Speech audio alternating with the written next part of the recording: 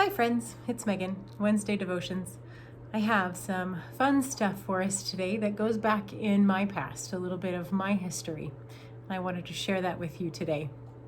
In my parents' house, there's always been one's a plaque, one's a picture. And the one that used to sit on the top shelf of a little hutch that hung in our bathroom, we only had one at the time, it was a face of Jesus that said, "I never said it would be easy. I only said it would be worth it." Now, I realize Jesus didn't say that, and sometimes the sentiment is a little bit weird and sometimes a little bit uncomfortable theologically. However, for this purpose, it works just fine. Then, in the old house, because my parents live in a new one now, in the old house, on the door of the spice cupboard, where we always kept all of the fun flavors and spices and all of that, right above the phone that was still attached to the wall and still had a cord, by the way, said, and I always get this wrong, so I had to call my mom, and then we both had to search it up. The plaque said, "Sometimes God calms the storm. Sometimes God lets the storm rage and calms the child." Those two have always stuck in my head, and they always seem to come into my memory at the most opportune or sometimes uncomfortable times to remind me of who I am and whose I am. I read a few different devotionals throughout the week, and one of them was sent to me by some friends in Washington. And some of that devotional said, "Our world is changing dramatically." The gist of it was, it's scary, and it can be fearful, fear-giving, fear-instilling. There's a lot of change happening. I think some of the change is good. I think it's necessary. I think it's needed. And I think those people who are working to affect the change are good, strong people wanting to make a difference. And then I think sometimes there are changes that are bad. I don't often use that word when it comes to change, because I think change can make you grow and make you experience. But I think there are some changes that are happening that are just plain bad. Recently, I put on Facebook, I'm sure some of you saw it, "Not today, Satan, not today." That's been kind of a mantra for me lately. Not today, Satan, not today.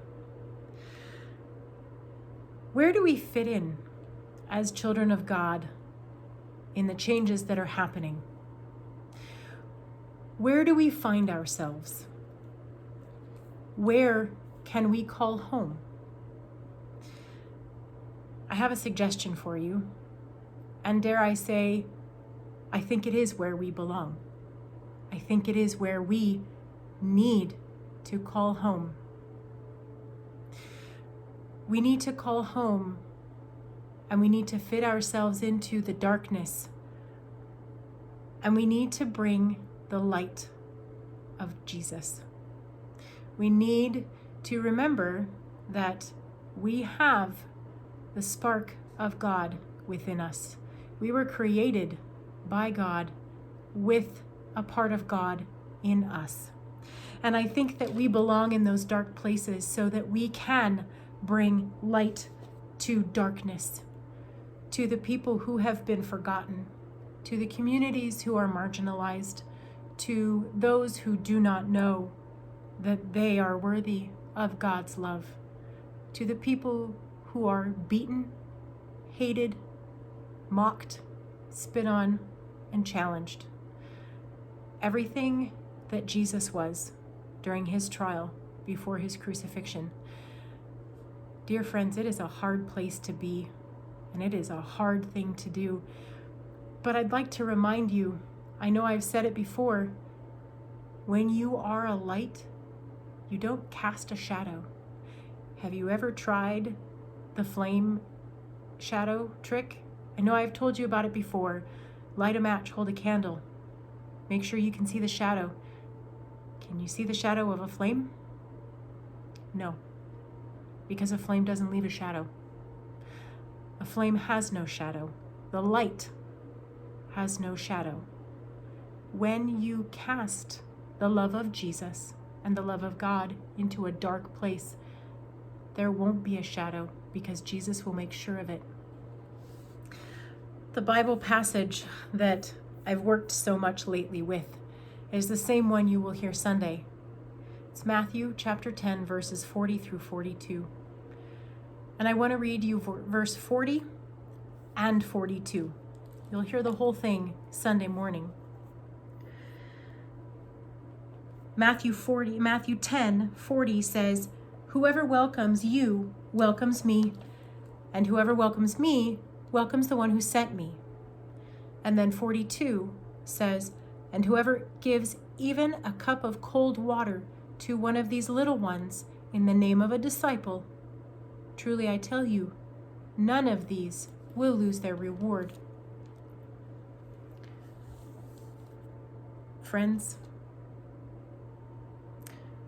Jesus sent us out into the world knowing full well that there will be trials, that we will fail, and there will be challenges. However, the good news is, there's always good news. Jesus, through God, promises, remember we talked about promises last week, God's promises are never broken. Through Jesus, God promises reward in heaven to anyone who will reach out a hand in love and support. It's hard and it's challenging. We will fail. But we will only truly fail if we quit. If we quit trying. Now, reaching out a hand in love and support is going to look different for everyone. Every single one of us is going to do it differently. I am not going to do it the same as you. I will be honest with you, friends, I am not one to go join a protest rally. It is not where I am. However, I will stand in support of the people who do. I will stand and pray, and I will ask safety for those who care, for those who ask for a better life, for those who call on Jesus' name to trust that God will make a way. Now, you may be one who wants to go march in a protest. You know what? Go for it. Please know that I will be praying for you. I will lift you up. I will make sure that God hears your name. And I will make sure that I pray for your safety and your well-being as you fight for the right for others who can't. Now, I said it's going to look different for everyone. But the one thing that is certain, we cannot sit idly by. We cannot assume that someone else will do it. That someone else is you. That someone else is me. That someone else is your neighbor. And the people who need your help, who need our help, who need the light of Jesus, they are your neighbor. They are the woman down the street. They are the family whose dad goes because he's in the National Guard and he's asked to fight and help. Dear friends, they are us. Because there is no they in the family of God. There is only us. And we need to spread the light. And we need to reach out a hand in support and love. Please remember, friends, God loves you. God loves them. God loves they. God loves that. because it doesn't matter to God. They were all created. They are all beloved. And they are all children belonging to God. God loves you. So do I.